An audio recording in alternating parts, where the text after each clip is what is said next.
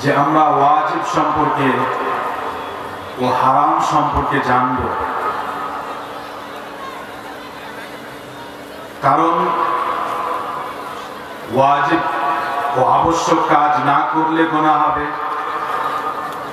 এবং হারাম কাজে লিপ্ত হলেও গুনাহ হবে। যারা তালেবে ইলম কিংবা যারা উলামায়ে কেরাম তারা এসব বিষয় জানবেন, প্রমাণের সাথে জানার চেষ্টা করবেন, বোঝার চেষ্টা করবেন যে কেন কোনটি আবশ্যক, কেন হারাম, বিস্তারিত জানবেন। সাধারণ মানুষকে এতটা অবশ্যই জানতে হবে যে আমার উপর আল্লাহ তাআলা কি আবশ্যক করেছেন এবং কোন কাজ থেকে আমাকে বিরত থাকতে বলেছেন। সেজন্যই আমরা যা করি, যদি নিজেদের আমল সম্পর্কে নিশ্চিত না হই যে যত কাজ করি সবটাই কি জায়েজ, তারপরেও যদি জানার চেষ্টা না করি, আলেম ওলামাকে জিজ্ঞেস না করি, তাহলে আল্লাহ তাআলার কাছে আমাদের কোনো ওজর থাকবে না।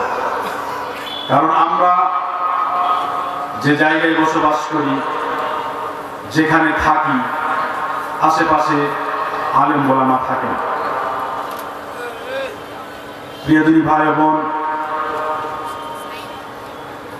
ফরজ কাজ, আবশ্যক ওয়াজিব আমল সম্পর্কে জানার পর যদি আমরা নিজেদেরকে উঁচু থেকে উঁচু স্তরে নিয়ে যেতে চাই, যদি জান্নাতে নিজেদের মান সম্মান বাড়াতে চাই, স্তর উঁচু করতে চাই, তাহলে নফল আমলের উপর গুরুত্ব দিতে হবে, বিস্তারিত সে বিষয়ে জানতে থাকতে হবে এবং নফল আমল বাড়াতে থাকতে হবে।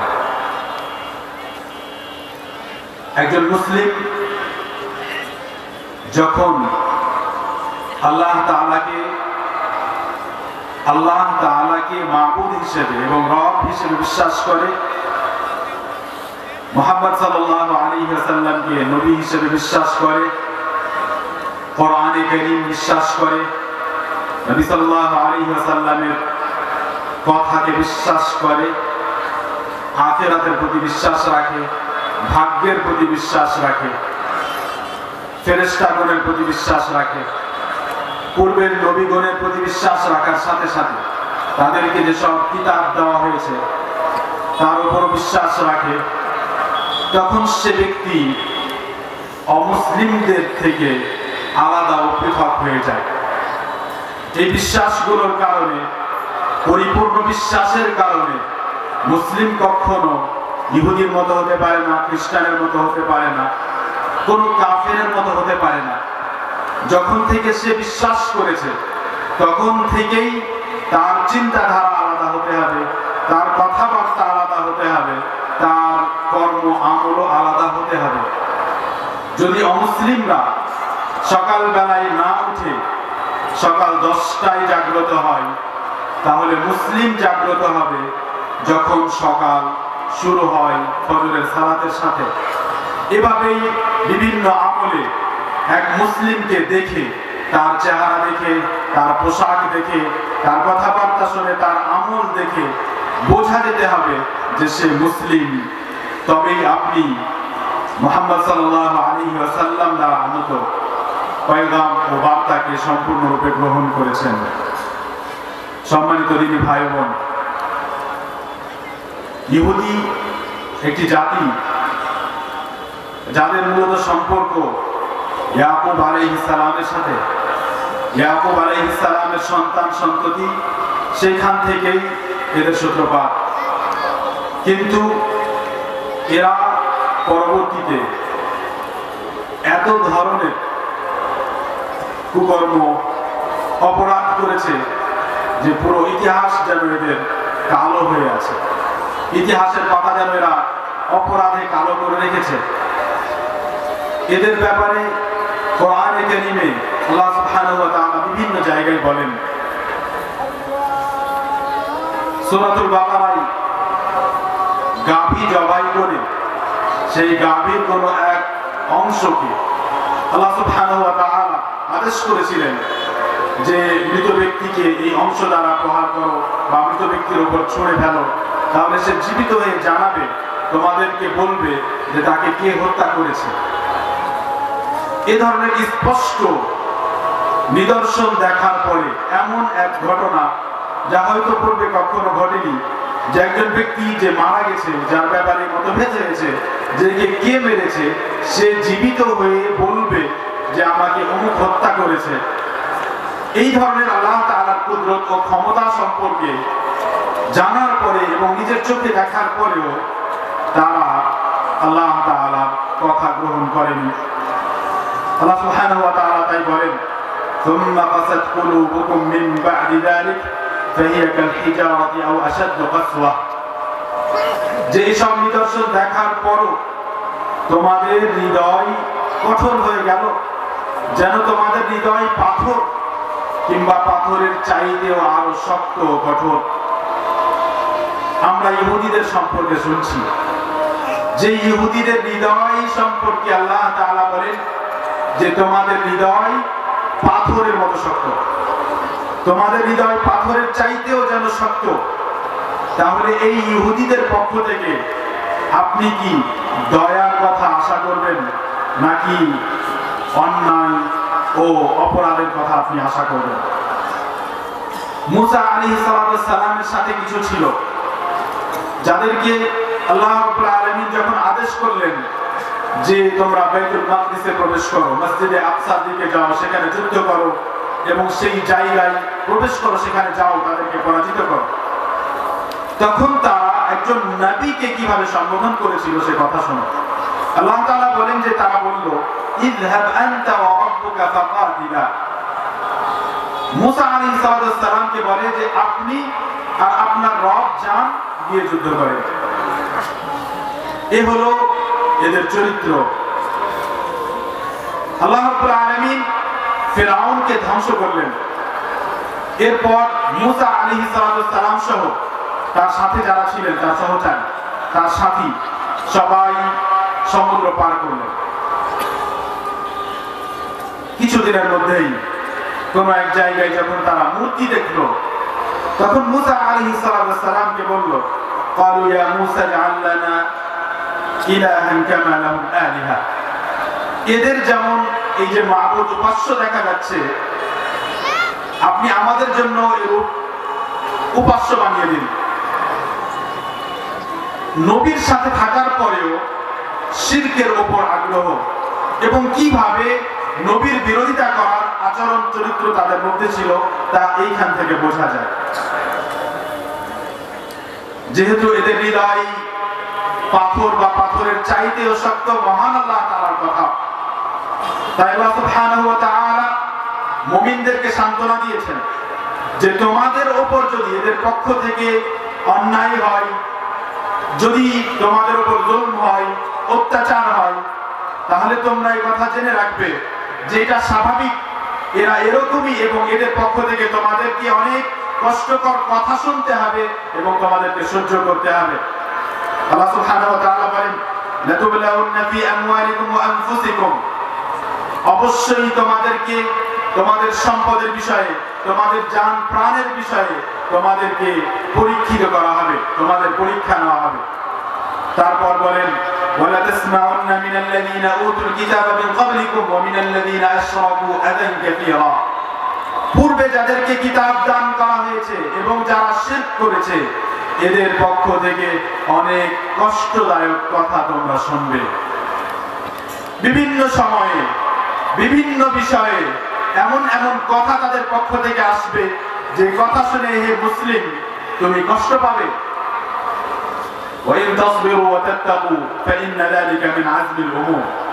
কিন্তু যদি ধৈর্য ধারণ করো এবং তাকওয়ার রাস্তায় চলতে থাকো, তাহলে এটা কঠিন কাজ এবং খুব সহজ কাজ নয়।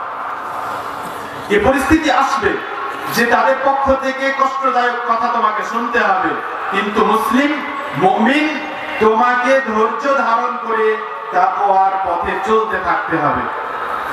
শুধু এতটা নয় যে যখন ইহুদিদের অন্যায় অত্যাচারের কথা শুনবে তখন তুমি সে কথা শুনে কষ্ট পাবে এবং মন্তব্য করবে, তাদের কথা শুনবে এবং মন্তব্য করবে, মনে কষ্ট পাবে, তাদের বিরুদ্ধে কথা বলবে না। তোমার দায়িত্ব শুধু এতটুকু নয়, তুমি কষ্ট অবশ্যই পাবে। যদি মুসলিমদের উপর অন্যায় হয় তুমি কষ্ট পাবে, কিন্তু তোমাকে এর সাথে সাথে ধৈর্য ধারণ করতে হবে, তাকওয়ার রাস্তায় চলতেও হবে।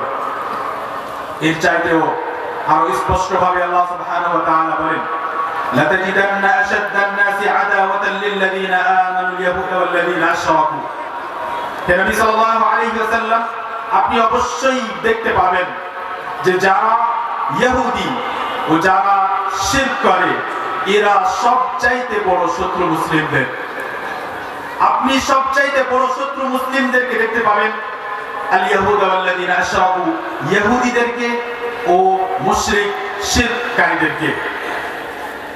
যে কোনো রকম ভাবে যারা শিরকে লিপ্ত এবং যারা ইহুদি, এরা মুসলিমদেরকে কষ্ট দেবে, এরা মুসলিমদের সাথে শত্রুতা করবে, এটাই বাস্তব। তাই এই শত্রুতার কথা সব সময় মনে রাখতে হবে যে তারা শত্রু। নবী সাল্লাল্লাহু আলাইহি ওয়াসাল্লাম যখন নিজের নবুয়তের কথা প্রকাশ করলেন, আমরা জানি যে ইহুদিরা তাদের কিতাবের মাধ্যমে, আলেম ওলামার মাধ্যমে তারা স্পষ্টভাবে জানতো যে মুহাম্মদ সাল্লাল্লাহু আলাইহি ওয়াসাল্লাম মুহাম্মদ বলে নবী আসবেন।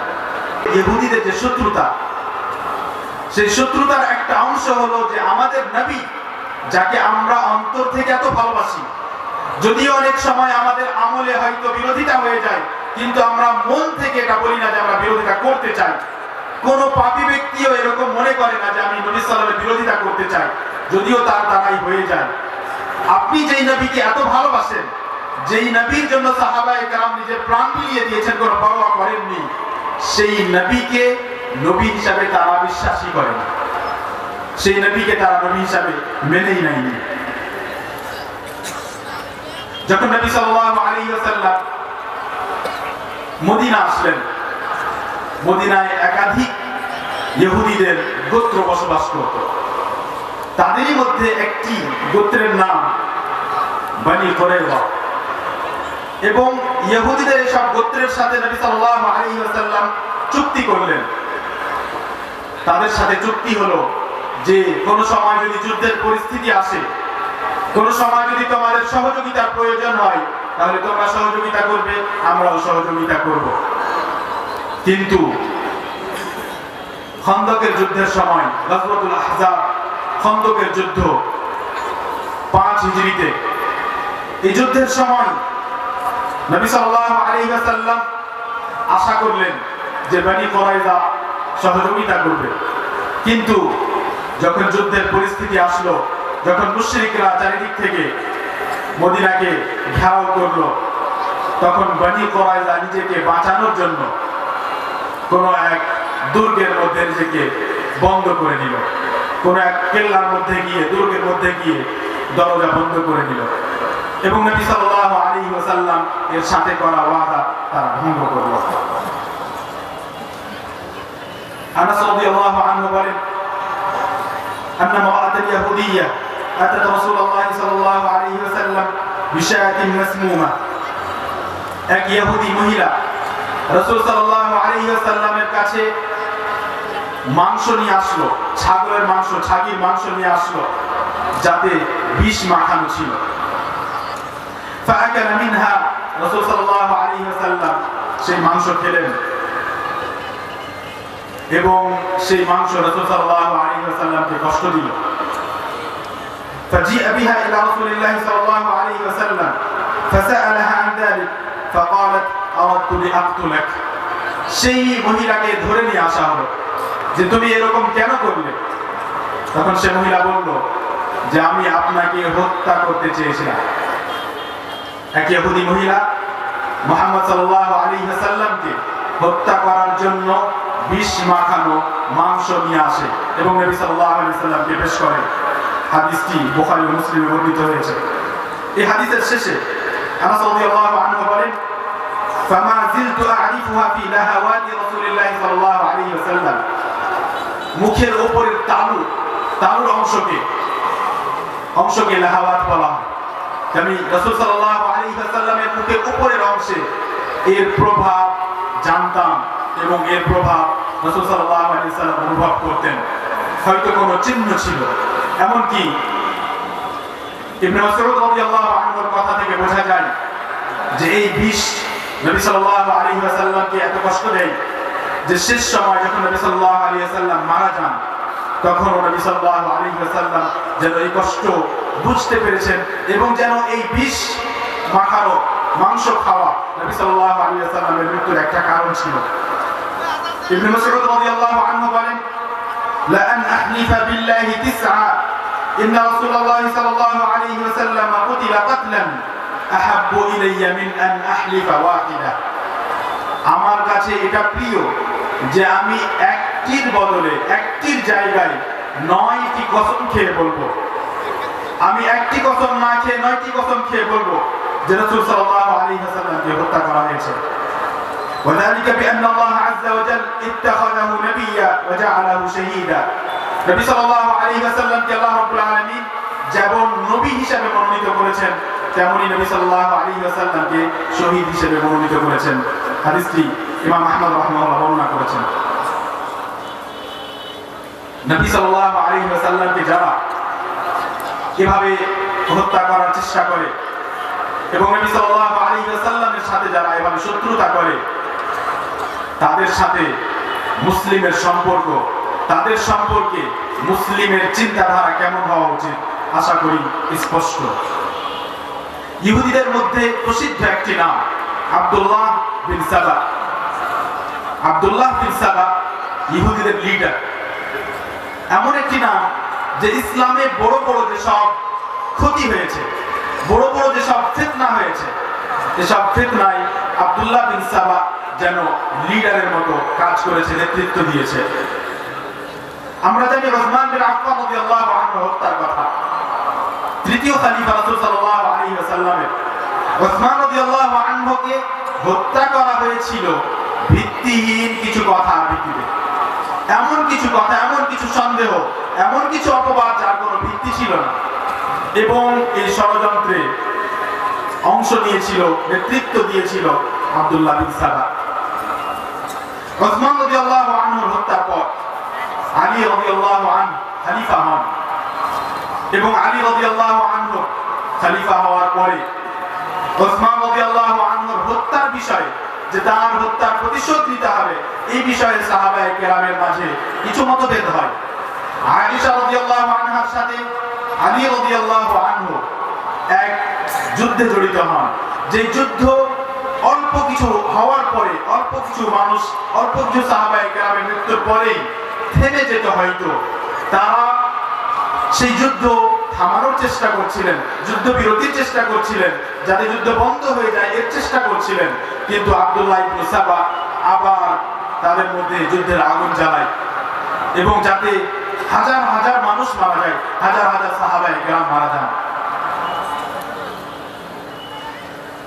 আব্দুল্লাহ ইবনে সাবা এবং এদের পরে ইহুদিদের সম্পর্ক খারিজিদের সাথে, খাওয়ারিজের সাথে, যারা সাহাবায়ে কেরামের বিরুদ্ধে লড়াই করেছিল, স্পষ্ট একটি বিষয়।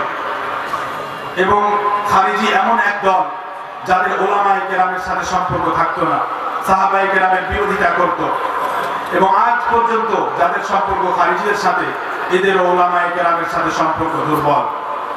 আশ্চর্যের বিষয় হলো যে আজ মুসলিমরা মুসলিম হওয়ার পরেও, নিজেকে আহলুস সুন্নাহ ওয়াল জামাআত দাবি করার পরেও অনেক সময় না জানার কারণে, নিজের আকীদা ও বিশ্বাস সম্পর্কে অবগত না হওয়ার কারণে অনেক সময় ওদের সাথে জড়িত হয়ে যায় যারা মূলত সাহাবায়ে কেরামের শত্রু। সম্মানিত দিনী ভাই ও বোন, আল্লাহ সুবহানাহু ওয়া তাআলা পৃথিবী এমনভাবে সৃষ্টি করেছেন যে এই পৃথিবীতে ফিতনা হবে, এই পৃথিবীতে অন্যায় হবে, কারণ আল্লাহ রাব্বুল আলামিন পৃথিবীকে পরীক্ষার জন্য সৃষ্টি করেছেন। এখানে কোন মুসলিম যদি ভাবে যে কেন এত অন্যায় হচ্ছে, কারণ আল্লাহ রাব্বুল আলামিন ভাগ্যে লিখেছেন যার উপর অন্যায় হচ্ছে, যদি সত্যি তার উপর অন্যায় হয় তাহলে তার বিনিময় আল্লাহ রাব্বুল আলামিন রেখেছেন এবং কিয়ামতে এমন বিনিময় সে পাবে যে সেই বিনিময় তার জন্য অনেক বেশি মূল্যবান হবে পৃথিবীতে তার নিরাপদ থাকা চাইবে। এই বিষয়ে স্পষ্ট হাদিস রয়েছে যে যারা নিরাপত্তায় জীবন যাপন করেছে তারা কিয়ামতের দিন আকাঙ্ক্ষা করবে যে যদি আমরাও বিপদে পড়তাম। আর যদি তাদের উপর অন্যায় না হয়ে থাকে তাহলে তাদের গুনাহ মিটবে, কোনো রকম ভাবেই তাদের কোনো ক্ষতি হবে না। বাকি মুসলিমদের দায়িত্ব কি? বাকি মুসলিমরা কি শুধু এই কষ্টে এই দুঃখে জীবন যাপন করবে যে আমাদের উপর অন্যায় হচ্ছে, নাকি তারা নিজেদের ঈমান নিজেদের আকীদা সম্পর্কে জ্ঞান অর্জন করবে, নিজেদের আমল সংশোধন করবে? আসল দায়িত্ব হলো নিজেদের আমল সম্পর্কে চিন্তা ভাবনা করা। যদি ইহুদি হওয়ার পরে ইহুদি বাতিল রাস্তার উপরে বাতিল পথের উপরে থাকার পরেও স্পষ্টভাবে তারা জানে যে মুহাম্মদ সাল্লাল্লাহু আলাইহি ওয়াসাল্লামের উপর ঈমান আনতে হবে, তারপরেও যদি তারা কঠোরতা করে, তারপরেও যদি তারা হঠকারিতা করে, তারপরেও যদি তারা বাতিলের উপরে টিকে থেকে যদি মুসলিমদের বিরোধিতা করে এবং মুসলিমদের একটি কোনো বিষয়কে গ্রহণ না করতে চায়, তাহলে মুসলিমদের আসলে তাদের সাথে কেমন আচরণ হওয়া উচিত? মুসলিমরা তো হকপন্থী, মুসলিমদের কাছে যে দিন সেই দিন তো সত্য, সেই দিন তো হক। মুসলিমদের কাছে যে দিন আছে সেই দিন তো অন্য কারো কাছে নেই। মুসলিমরা যে নিয়ামত পেয়েছে সেই নিয়ামত তো অন্য কারো কাছে নেই। আজ পর্যন্ত না ইহুদিদের কাছে না খ্রিস্টানদের কাছে এমন কোন সূত্র আছে যে সূত্র তাদের নবী পর্যন্ত পৌঁছায়।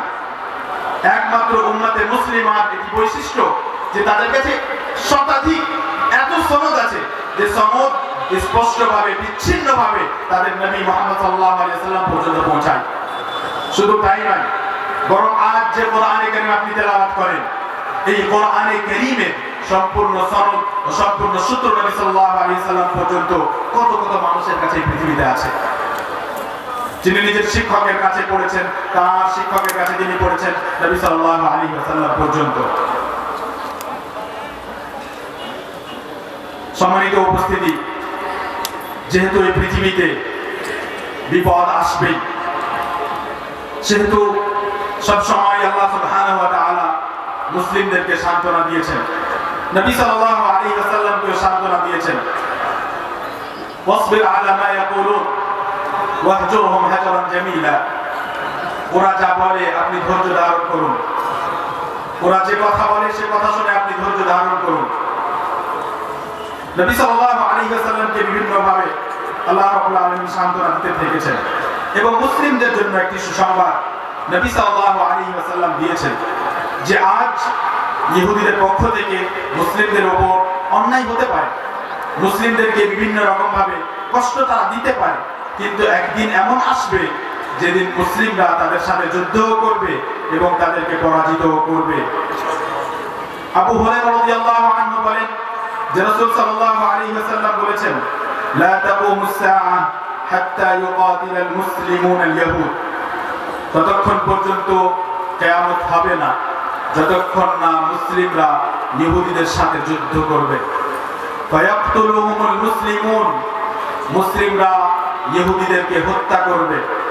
হাত্তা ইখতাবি আল ইয়াহুদিয়্যু মিন ওয়ারাইল হাজারি ওয়াশ শাজার, এমন কি ইহুদি যে আজকে নিজেকে এত শক্তিশালী মনে করে, সে যখন মুসলিম তাকে হত্যা করার জন্য যাবে, সে নিজেকে বাঁচানোর জন্য কোনো পাথরের পেছনে কোনো গাছের পেছনে আশ্রয় নিবে। ফায়াকুলুল হাজার ওয়াশ শাজার, তখন সেই গাছ কিংবা সেই পাথর বলবে, ইয়া মুসলিম ইয়া আব্দুল্লাহ,